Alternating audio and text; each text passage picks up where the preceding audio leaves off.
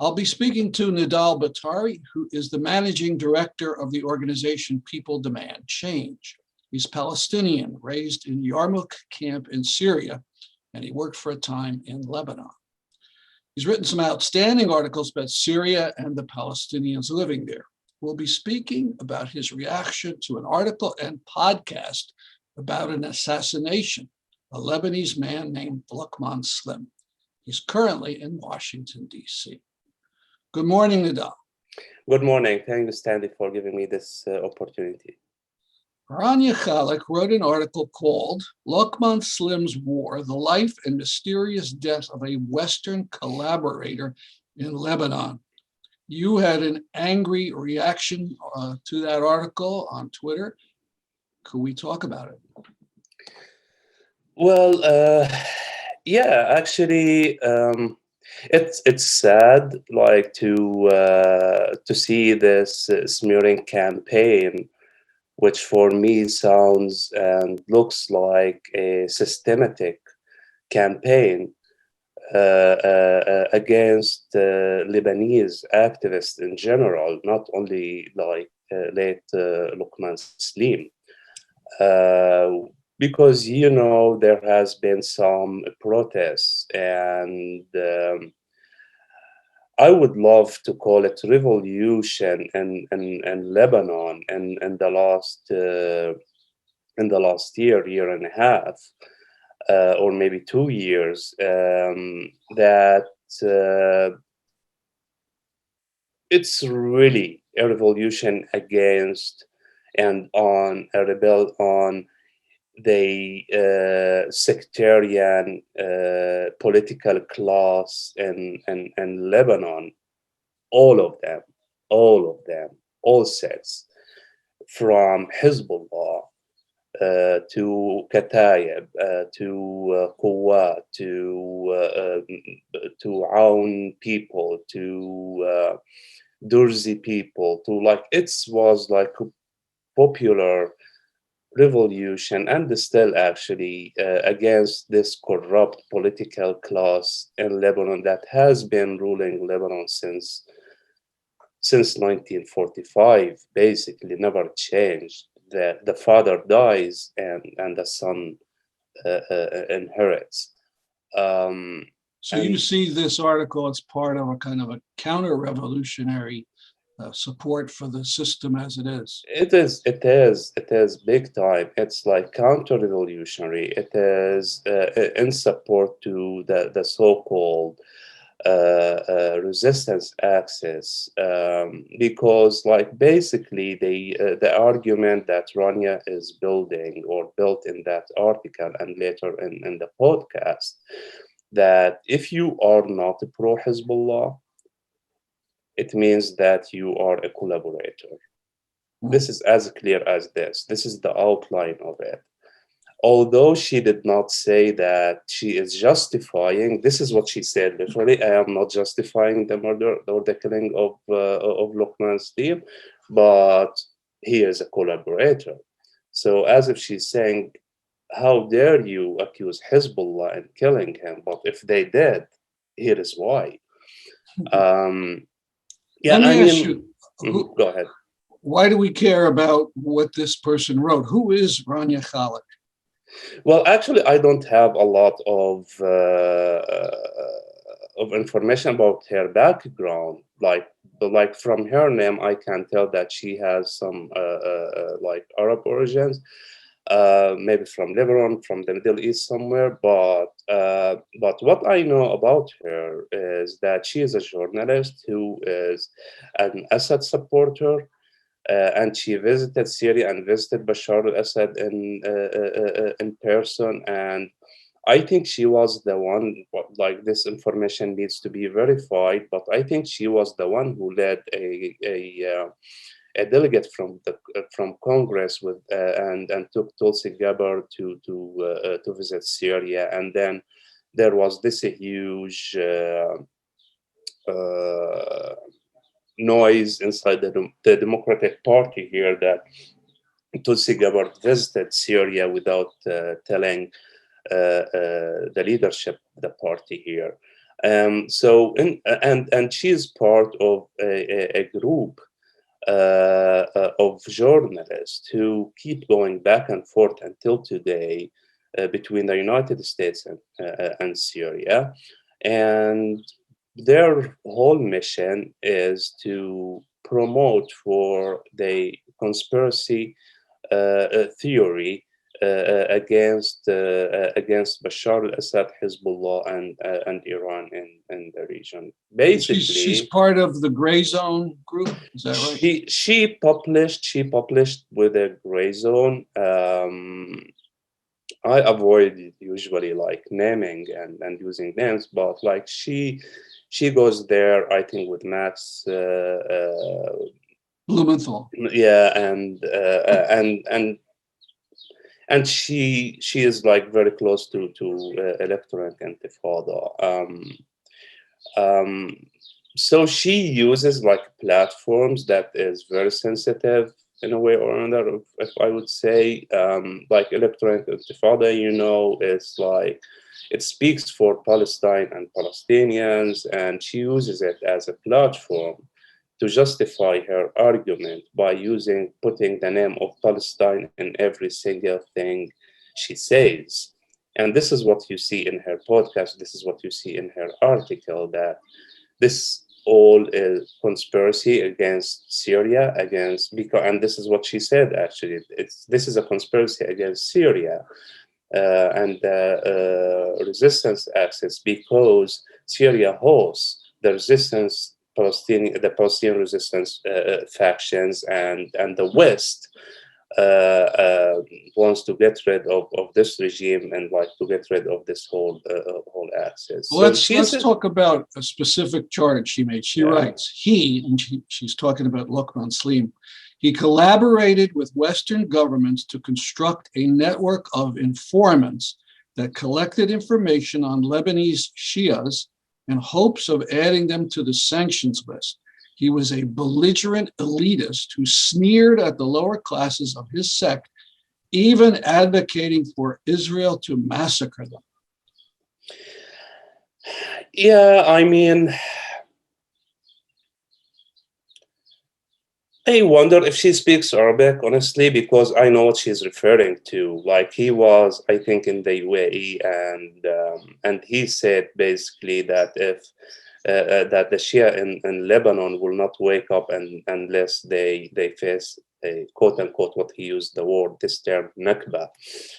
Um, like I don't know, like this can be like translated in many ways. So she found her opportunity in these words to say that he is calling to massacre Shia in Lebanon, his own people.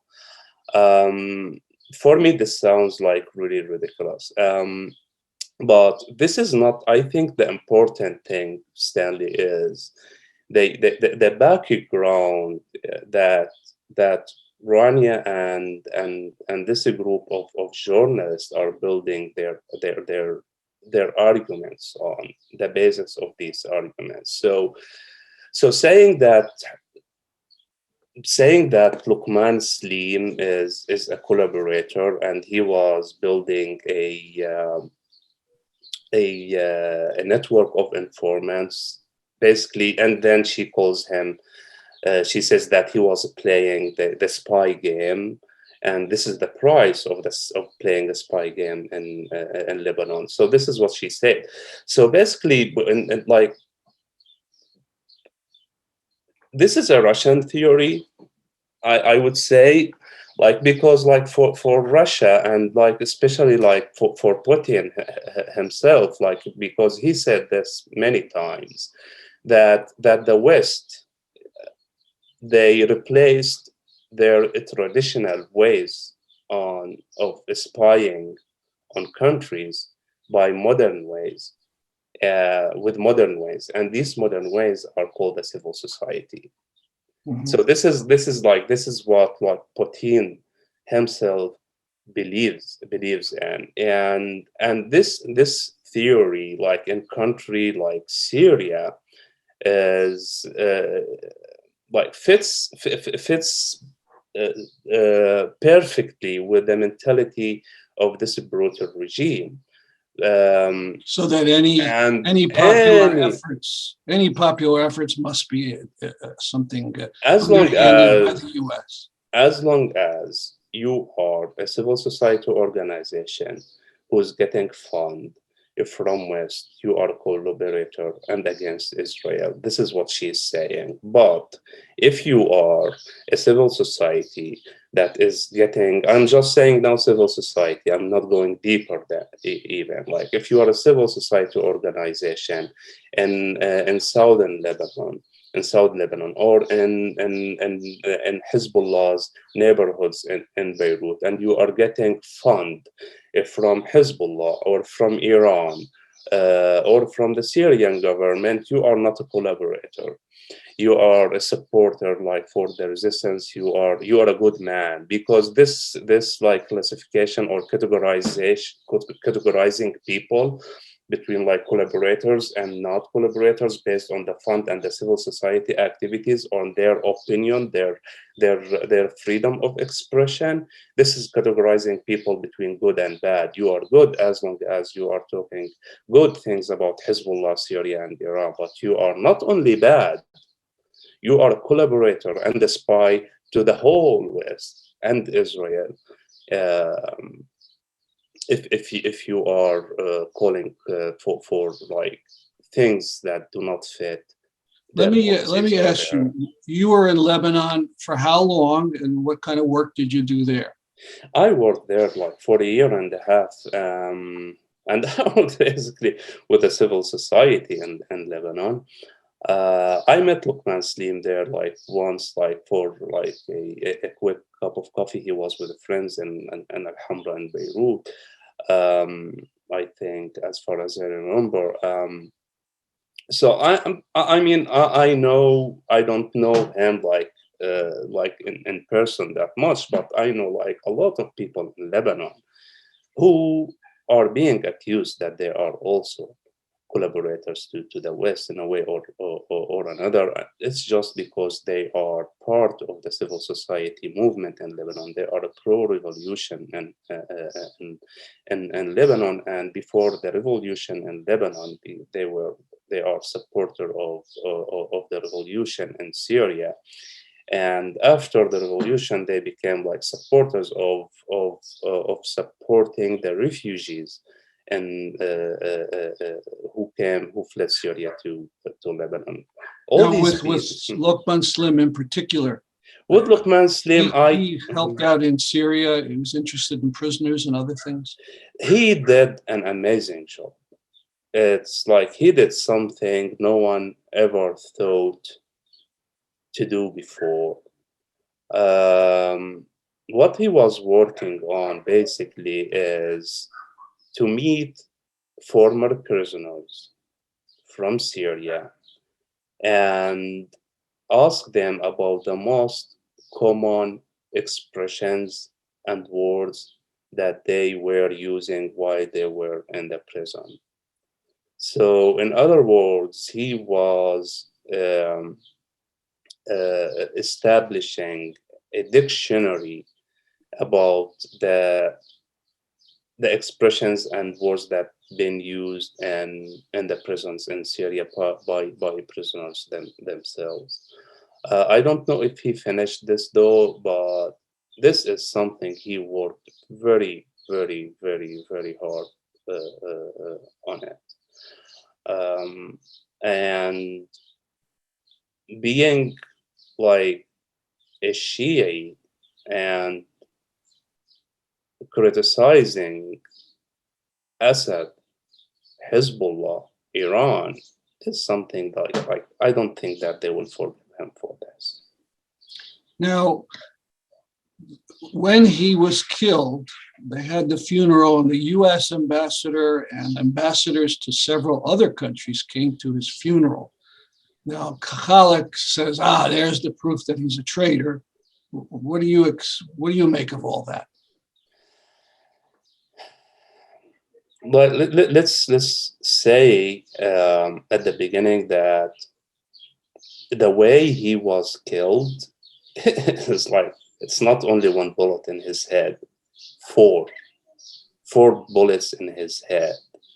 Like someone has all this hate to put three other bullets in a dead body to make sure that this man will never ever get back to life again.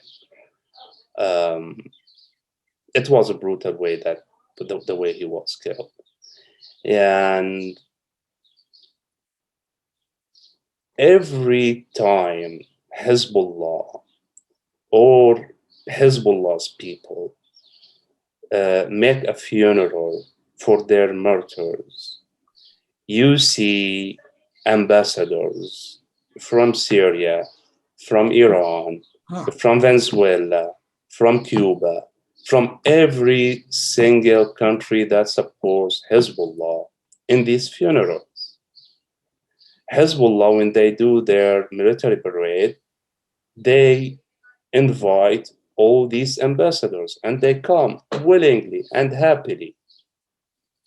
But if there is a man who was killed and like an American or French or Western ambassador like visits them, it's like suddenly like this is a proof. No, this is not, because this is not a socialism versus imperialism issue, as she puts it in this context, because like there are the large context for Rania and her crew, that these people are the supporters of imperialism and colonialism in the region. While the real context of this issue is like there was just a murder, and people are coming to his funeral, the way that everyone in this world like does. And let me say something, Stanley. Not aside from this story of Lokman Slim, but the real harm that Rania and this group of journalists are doing, that they are dividing not only the left, they are dividing the left, and they are dividing the left that they are part of it as well.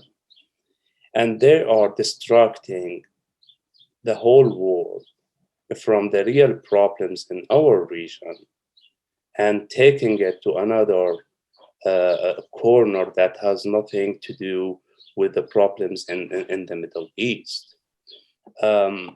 This might be a time before you finish to do a little publicity, because we're going to be talking this Saturday, May 8th, 5 p.m. Eastern.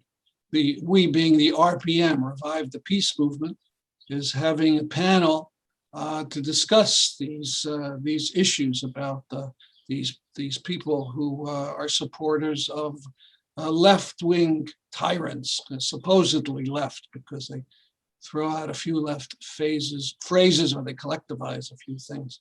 So people can go to rpm.world and see what's going to happen. That's all right. That's the end of the plug. Yeah. So let's.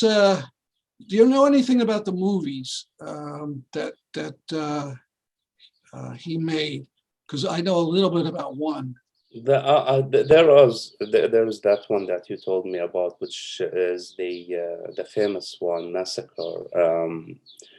It's an excellent movie, actually, because usually, like when we talk about Sabra and Shatila massacres in Lebanon, most of the movies or the documentaries they show you witnesses and the testimonies of people who are like the victims. Lokman did a very good job in interviewing the killers, who are still alive, and they are living their normal life as if nothing happened before, with no remorse or regret. And I'm told that it's devastating and so sympathetic to Palestinians, but Rania Khalek couldn't lose the chance to slander Slim, even for that film, claiming it was in favor of the killers. Yeah, I mean, usually in interviews, like I don't like to use like words like lying.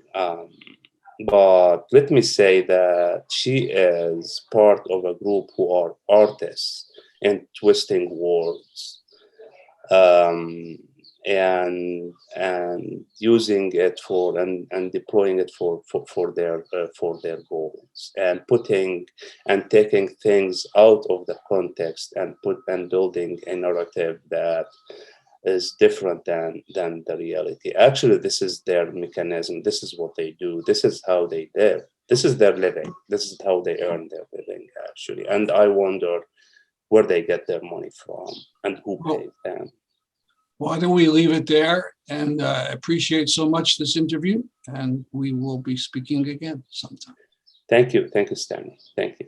Bye-bye.